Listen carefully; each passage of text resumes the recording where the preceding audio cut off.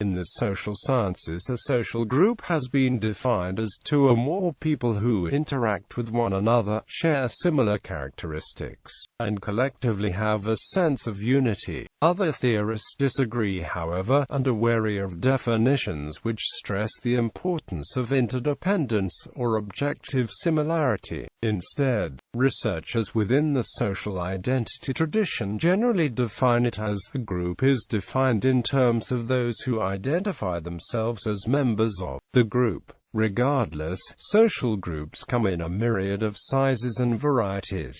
For example, a society can be viewed as a large social group. Definition: social cohesion approach. A social group exhibits some degree of social cohesion and is more than a simple collection or aggregate of individuals, such as people waiting at a bus stop or people waiting in a line. Characteristics shared by members of a group may include interests, values, representations, ethnic or social background, and kinship ties. Kinship ties being a social bond based on common ancestry, marriage, or adoption. In a similar vein, some researchers consider the defining characteristic of a group as social interaction. According to Dunbar's number, on average, people cannot maintain stable social relationships with more than 150 individuals. Social psychologist Muzaffar Sherer proposed to define a social unit as a number of individuals interacting with each other with respect to common motives and goals, an accepted division of labor, i.e., roles,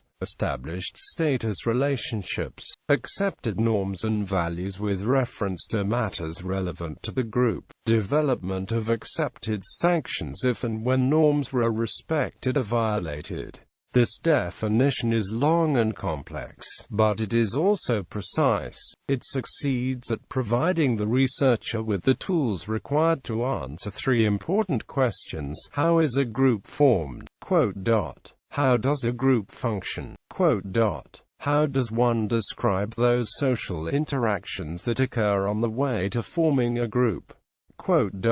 Significance of the definition. The attention of those who participate in or study groups has focused on functioning groups, on larger organizations, or on the decisions made in these organizations. Much less attention has been paid to the more ubiquitous and universal social behaviors that do not clearly demonstrate one or more of the five necessary elements described by Sherer. Some of the earliest efforts to understand these social units have been the extensive descriptions of urban street gangs in the 1920s and 1930s, continuing through the 1950s, which understood them to be largely reactions to the established authority. The primary goal of gang members was to defend gang territory, and to define and maintain the dominance structure within the gang. There remains in the popular media and urban law enforcement agencies an avid interest in gangs, reflected in daily headlines which emphasize the criminal aspects of gang behavior. However, these studies and the continued interest have not improved the capacity to influence gang behavior or to reduce gang-related violence. The relevant literature on animal social behaviors, such as work on territory and dominance, has been available since the 1950s. Also, they have been largely neglected by policymakers, sociologists and anthropologists. Indeed, vast literature on organization, property, law enforcement, ownership, religion, warfare, values, conflict resolution, authority, rights, and families have grown and evolved without any reference to any analogous social behaviors in animals. This disconnect may be the result of the belief that social behavior in humankind is radically different from the social behavior in animals because of the human capacity for language use and rationality. Of course, while this is true, it is equally likely that the study of the social behaviors of other animals might shed light on the evolutionary roots of social behavior in people. Territorial and dominance behaviors in humans are so universal and commonplace that they are simply taken for granted. But these social behaviors and interactions between human individuals play a special role in the study of groups. They are necessarily prior to the formation of groups. The psychological internalization of territorial and dominance experiences in conscious and unconscious memory are established through the formation of social identity, personal identity, body concept, or self-concept. An adequately functioning individual identity is necessary before an individual can function in a division of labor, and hence, within a cohesive group. Coming to understand territorial and dominance behaviors may thus help to clarify the development, functioning, and productivity of groups. Social identification approach, explicitly contrasted against a social cohesion-based definition for social groups, is the social identity perspective, which draws on insights made in social identity theory. Here, rather than defining a social group based on expressions of cohesive social relationships between individuals, the social identity model assumes that psychological group membership has primarily a perceptual or cognitive basis. It posits that the necessary and sufficient condition for individuals to act as group members is awareness of a common category membership, and that of social group can be usefully conceptualized as a number of individuals who have internalized the same social category membership as a component of the self-concept. Stated otherwise, while the social cohesion approach expects group members to ask, "Who am I attracted to?" the social identity perspective expects group members to simply ask, "Who am I?" Empirical support for the social identity perspective on groups was initially drawn from work using the minimal group paradigm. For example, it has been shown that the mere act of allocating individuals to explicitly random categories is sufficient to lead individuals to act in an in-group favoring fashion. Also problematic for the social cohesion account is recent research showing that seemingly meaningless categorization can be an antecedent of perceptions of interdependence with fellow category members. While the roots of this approach to social groups had its foundations in social identity theory, more concerted exploration of these ideas occurred later in the form of self-categorization theory, whereas social identity theory was directed initially at the explanation of intergroup conflict in the absence of any conflict of interests. Self-categorization theory was developed to explain how individuals come to perceive themselves as members of a group in the first place, and how this self-grouping process underlies and determines all problems subsequent aspects of group behavior. Defining characteristics of groups. In his text, Group Dynamics, Forsyth discusses several common characteristics of groups that can help to define them. 1. Interaction. This group component varies greatly, including verbal and non-verbal communication, social loafing, networking, forming bonds, etc. Research by Bales determined that there are two main types of interactions: relationship interactions and task interactions. Relationship interactions, actions performed by group members that relate to or influence the emotional and interpersonal bonds within the group, including both positive actions and negative actions. Task interactions, actions performed by group members that pertain to the group's projects, tasks, and goals. This involve members organizing themselves and utilizing the skills and resources to achieve something. 2. Goals. Most groups have a reason for their existence, be it increasing the education and knowledge, receiving emotional support, or experiencing spirituality or religion. Groups can facilitate the achievement of these goals. The circumplex model of group tasks by Joseph McGrath organizes group-related tasks and goals. Groups may focus on several of these goals, or one area at a time. The model divides group goals into 4 main types, which are further subcategorized: generating, coming up with ideas and plans to reach goals, planning tasks, creativity tasks, choosing, selecting a solution, intellective tasks, decision-making tasks, negotiating, arranging a solution to a problem, cognitive conflict tasks, mixed motive task, executing, act of carrying out a task, contests, battles, competitive tasks, performance, psychomotor tasks. 3. Interdependence. The state of being dependent, to some degree, on other people, as when one's outcomes, actions, thoughts, feelings, and experiences are determined in whole or part by others. Quote, "It is obvious that some groups are more interdependent than others. For example, a sports team would have a relatively high level of interdependence as compared to a group of people watching a movie at the movie theater. Also, interdependence may be mutual or more linear, unilateral. For example, some group members may be more dependent on the boss than the boss is on each of the individuals." 4. Structure. Group structure involves the emergence of regularities, norms, roles and relations that form within a group over time. Roles involve the expected performance and conduct of people within the group depending on the status or position within the group. Norms are the ideas adopted by the group pertaining to acceptable and unacceptable conduct by members.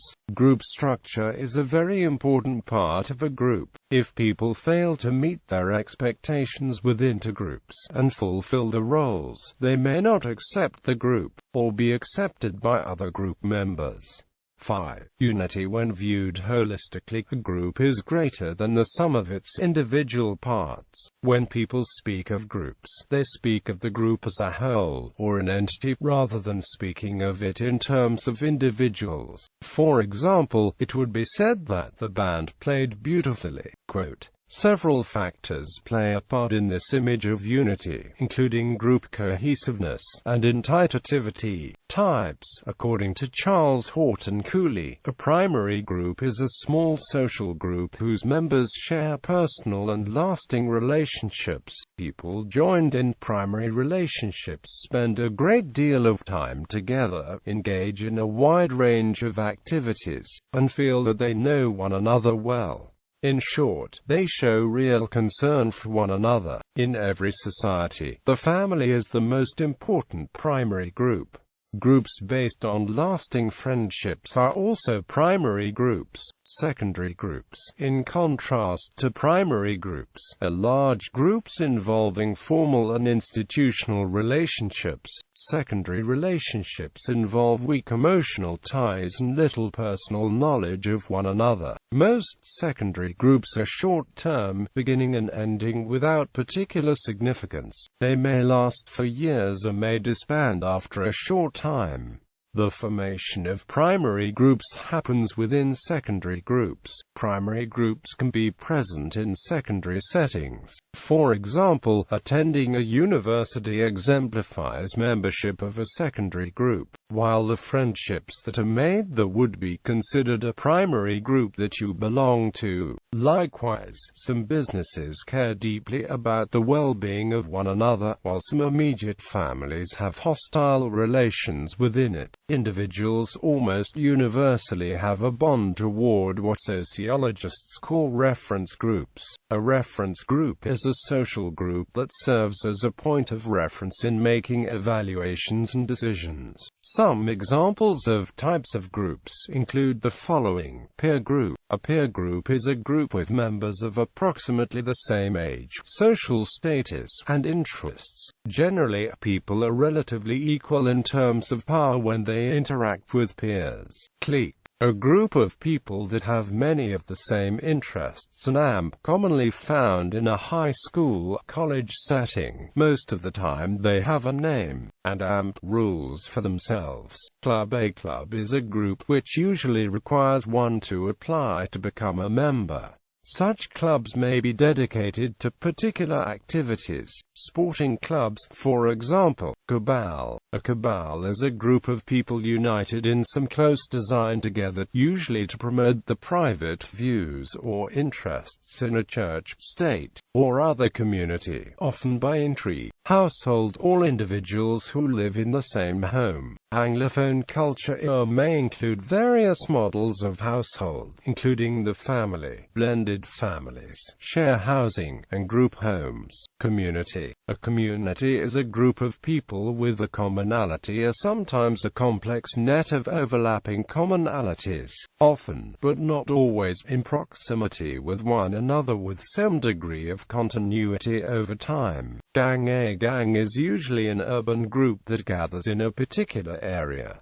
It is a group of people that often hang around each other. They can be like some clubs, but much less formal. They are usually known in many countries to cause social unrest and also have negative influence on the members and may be a target for the law enforces in case of any social vices. Mob. A mob is usually a group of people that has taken the law into their own hands. Mobs are usually groups which gather temporarily for a particular reason. Posse. A posse was originally found in English common law. It is generally obsolete, and survives only in America, where it is the law enforcement equivalent of summoning the militia for military purposes. However, it can also refer to a street group. Squad. This is usually a small group of around 3 to 15 people who work as a team to accomplish the goals. Dyad. This is a social group with 2 members. Social interaction in a dyad is typically more intense than in larger groups because neither member shares the other's attention with anyone else.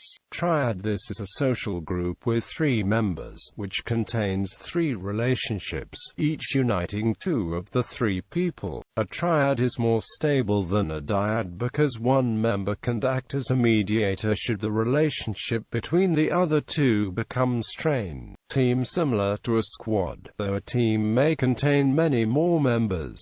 A team works in a similar way to a squad. In group, it is a social group toward which a member feels respect and loyalty.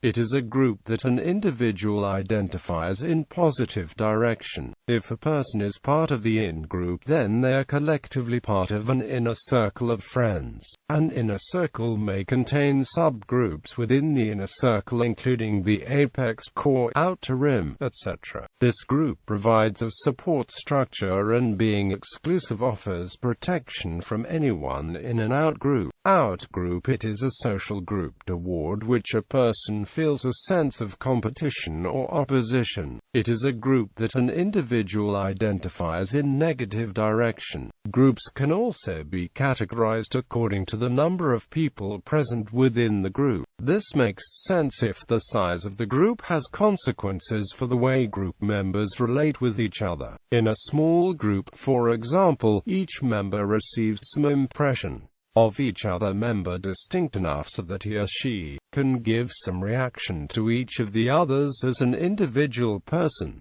This personal interaction is not possible in larger groups. Recruitment. Social groups acquire and renew their members via recruitment. Compare proselytism. In the initial stages of expansion, the groups usually do not accept every applicant. One of the ways to build a reasonably closed group is to accept new members after one or more existing members propose and recommend them. Such group expands along the lines of other existing social networks. Other approaches to use existing members to evaluate the applicant, like in Microsoft Interview. Member evaluation information can also be delegated to some team that is not part of the group itself. Some groups may choose to easily accept a lot of people but only leave the most efficient new members after probation. Development. If one brings a small collection of strangers together in a restricted space and environment, provides a common goal and maybe a few ground rules, then a highly probable course of events will follow. Interaction between individuals is the basic requirement. At first, individuals will differentially interact in sets of twos or threes while seeking to interact with those with whom they share something in common, i.e., interests, skills, and cultural background. Relationships will develop some stability in these small sets, in that individuals may temporarily change from one set to another, but will return to the same pairs or trios rather consistently and resist change. Particular twosomes and threesomes will stake out the special spots within the overall space, again depending on the common goal. Eventually twosomes and threesomes will integrate into larger sets of 6 or 8, with corresponding revisions of territory, dominance ranking, and further differentiation of roles. All of this seldom takes place without some conflict or disagreement. For example, fighting over the distribution of resources, the choices of means and different sub-goals, the development of what are appropriate norms, rewards and punishments.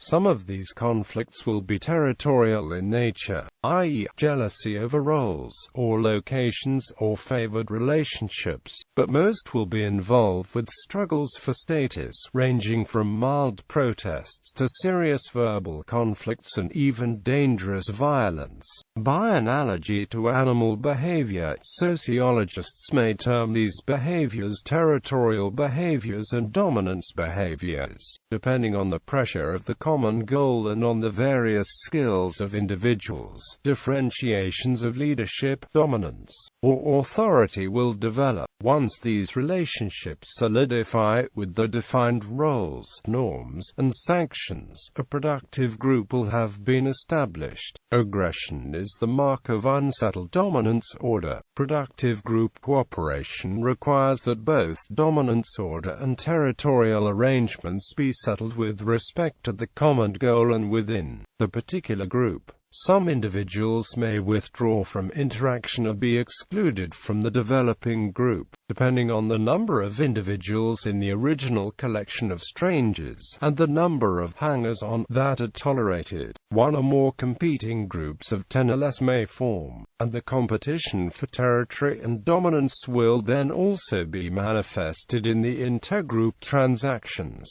Dispersal and transformation. 2 or more people in interacting situations will over time develop stable territorial relationships, is described above. These may or may not develop into groups. But stable groups can also break up into several sets of territorial relationships. There are numerous reasons for stable groups to malfunction or to disperse, but essentially this is because of loss of compliance with one or more elements of the definition of group provided by Scherer. The two most common causes of a malfunctioning group are the addition of too many individuals, and the failure of the leader to enforce a common purpose. Though malfunctions may occur due to a failure of any of the other elements in a society, there is an obvious need for more people to participate in cooperative endeavors than can be accommodated by a few separate groups. The military has been the best example as to how this is done in its hierarchical array of squads, platoons, companies, battalions, regiments, and divisions. Private companies, corporations, government agencies, clubs, and so on have all developed comparable systems when the number of members or employees exceeds the number that can be accommodated in an effective group. Not all larger social structures require the cohesion that may be found in the small group. Consider the neighborhood, the country club, or the megachurch, which are basically territorial organizations who support large social purposes. Any such large organizations may need only islands of cohesive leadership. For a functioning group to attempt to add new members in a casual way is a certain prescription for failure, loss of efficiency, or disorganization. The number of functioning members in a group can be reasonably flexible between 5 and 10, and a long-standing cohesive group may be able to tolerate a few hangers-on. The key concept is that the value and success of a group is obtained by each member maintaining a distinct, functioning identity in the minds of each of the members. The cognitive limit to this span of attention in individuals is often set at 7. Rapid shifting of attention can push the limit to about 10. After 10, subgroups will inevitably start to form with the attendant loss of purpose, dominance, order, and individuality, with confusion of roles and rules. A standard classroom with 20 to 40 pupils and one teacher offers a rueful example of one supposed leader juggling a number of subgroups. Weakening of the common purpose once a group is well established can be attributed to adding new members, unsettled conflicts of identities, weakening of a settled dominance order, and weakening a failure of the leader to tend to the group. The actual loss of a leader is frequently fatal to a group, unless there was lengthy preparation for the transition. The loss of the leader tends to dissolve all dominance relationships, as well as weakening dedication to common purpose, differentiation of roles, and maintenance of norms. The most common symptoms of a troubled group are loss of efficiency, diminished participation, or weakening of purpose, as well as an increase in verbal aggression. Often, if a strong common purpose is still present, a simple reorganization with a new leader and a few new members will be sufficient to re-establish the group, which is somewhat easier than forming an entirely new group. This is the most common factor.